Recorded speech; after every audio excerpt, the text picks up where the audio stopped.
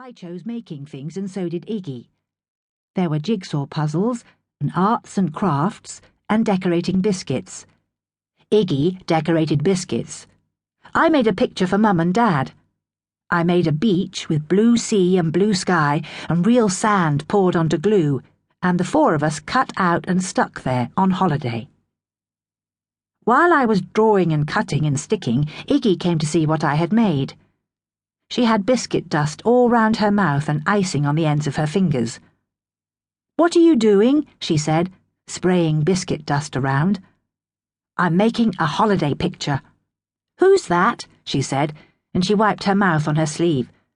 "That's you and me and Mum and Dad," I said, "being on holiday at the seaside." "What, swimming in the sea and getting shells and making sand castles?" she said. "Yep." "Ooh, I think I like doing that," Iggy said. "Me too," I said, and we looked at the picture together for a bit longer. I said, "I'll draw some shells and sandcastles in a minute. And starfish," Iggy said. "Draw some starfish and a mermaid." Mermaids are Iggy's favourite thing to draw and make up stories about. Sometimes Iggy wishes very hard that she was a mermaid. Sometimes she is quite disappointed to have legs. "Maybe this holiday," I said, "we could go to the seaside, you and me and Mum and Dad, just like in the picture. It's ages since we've been to the sea." Iggy tightened her mouth and shook her head. She looked very serious and solemn. "I'm not really having a holiday," she said in a whisper, like when she tells a secret. "Why not?" "Rowena says she has an important job for me to do." "What sort of job?" "I told you. She said an important one." "I know, but what kind?" She shrugged.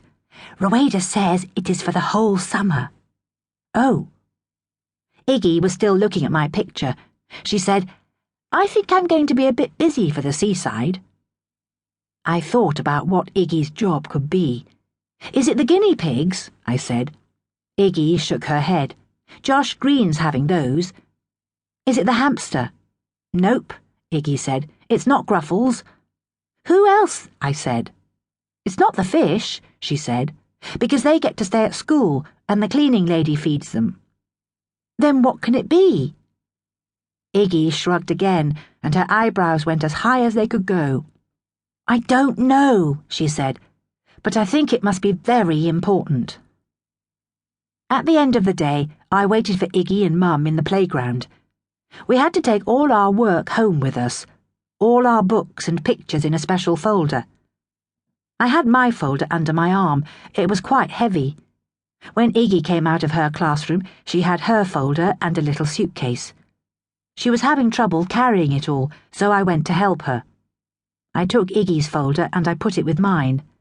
"What's in the suitcase?" I said. Iggy was bursting to tell me. "It's my job," she said. "Do you want to see?" We stopped in the playground and I put the folders down. Iggy put the little suitcase on the floor and she fiddled with the clips until it popped open. "There," she said.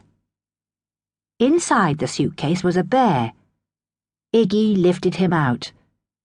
He was brown with a white patch on his eye and a shiny black nose. "This," Iggy said, while the other kids and their mums and dads hurried and chatted around us, "is Barnaby." "Hello, Barnaby," I said, and I pretended to shake his hand. "How do you do?" Iggy was very pleased with me. She hid behind him and she said, "I'm fine, thank you," in a gruff little bear's voice.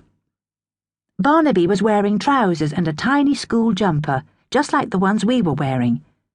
There were other clothes in the suitcase too, all folded neatly, and a real camera, the kind you have to throw away when you are finished with it. "Look at his holiday clothes," Iggy said, and she fished out a little flowery shirt to show me, and a baseball cap, and she giggled. I picked up the camera. "Don't drop it," Iggy said. "Be careful." "What's it for?" I said. "It's Barnaby's camera," Iggy said. "I mustn't lose it." Just then, Mum came to find us in the playground. She carried our folders and I carried the little suitcase, and Iggy carried Barnaby.